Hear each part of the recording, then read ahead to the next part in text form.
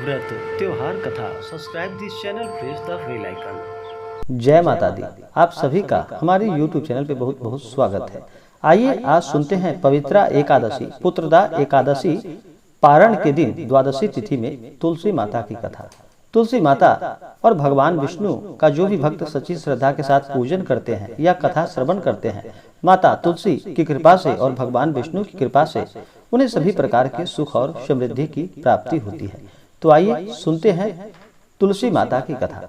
तो बोलिए प्रेम से तुलसी माता की जय, भगवान विष्णु की जय।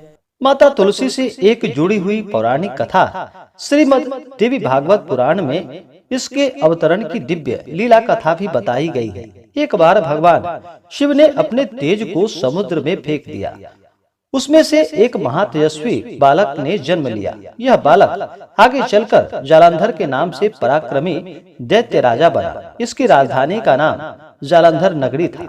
दैत्यराज कालनेमी की कन्या वृंदा का विवाह जालंधर से हुआ। जालंधर महाराक्षस था। अपनी सत्ता के मद में चूर उसने माता लक्ष्मी को पाने की कामना से माता लक्ष्मी के साथ युद्ध किया, परंतु समुद्र से ही उत्पन्न होने के कारण माता लक्ष्मी ने उसे अपने भाई के रूप में स्वीकार किया। वहां से पराजित होकर वह देवी पार्वती को पाने की लालसा से कैलाश पर्वत पर चला गया। भगवान देवादिदेव शिव का ही रूप धरकर माता पार्वती के समीप गया, परंतु माता पार्वती ने अपने योग बल से उसे तुरंत पहचान लिया तथा वहां से उसी समय माता पार्वती अंतर्ध्यान हो गई। देवी पार्वती ने क्रुद्ध होकर सारा वृतांत भगवान विष्णु को सुनाया।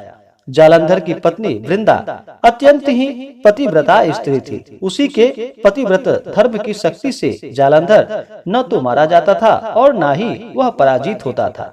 इसलिए जालंधर का नाश करने के लिए वृंदा के पतिव्रत धर्म को भंग करना बहुत जरूरी था।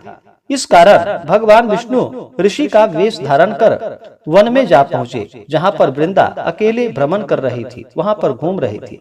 भगवान के साथ दो मायावी राक्षस भी थे, जिन्हें देखकर वृंदा भयभीत हो गई।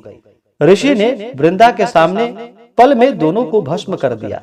उनकी शक्ति को देखकर वृंदा ने कैलाश पर्वत पर महादेव के साथ युद्ध कर रहे अपने पति जालंधर के बारे में भगवान विष्णु रूपी ऋषि से पूछा।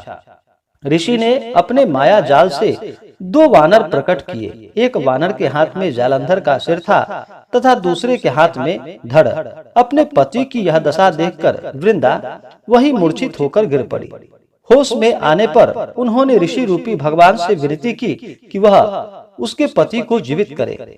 भगवान ने अपनी माया से पुनः जालंधर का सिर धड़ से जोड़ दिया, परंतु स्वयं भी वह उसी शरीर में प्रवेश कर गए।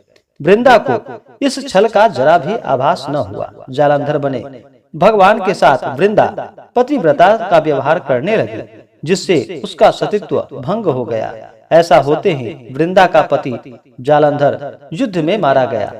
इस सारी लीला का जब वृंदा को पता चला तो उसने क्रोधित होकर भगवान विष्णु को शिला होने का श्राप दे दिया तथा स्वयं भी वही सती हो गई। जहाँ वृंदा भस्म हुई थी वहाँ तुलसी का पौधा उगा। भगवान विष्णु ने वृंदा से कहा कि हे वृंदा, तुम अपने सतीत्व के कारण मुझे लक्ष्मी से भी अधिक प्रिय हो गई हो।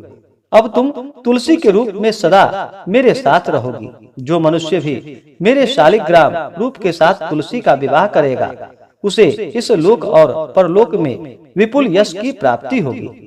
जिस घर में तुलसी होता है वहाँ यम के दूत भी असमय नहीं आ जा सकते।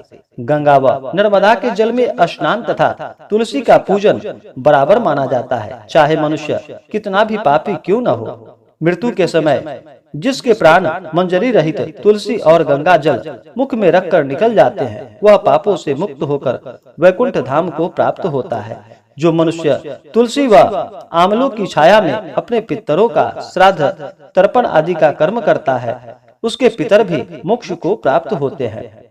इस प्रकार भगवान विष्णु ने कहा कि जो भी मेरा और तुलसी का नाम जपेगा, पूजन करेगा, वह मेरे कृपा को प्राप्त कर पाएगा। तो आशा करता हूं कि यह जानकारी आपको अच्छा लगा हो। ऐसे ही जानकारियां की प्राप्ति के लिए हमारे इस चैनल को लाल बटन दबा करके सब्सक्राइब करें, साथ में बेल आइकन घंटी को दबाएं ताकि मेरे वीडियो का नोटिफिकेशन आपको समय समय से मिलता रहे। कमेंट में जय माता दी जरूर लिखें ताकि आपकी कुशलता का हमें पता चलता रहे। वीडियो को लाइक और शेयर करें। जय माता दी। धन्यवाद।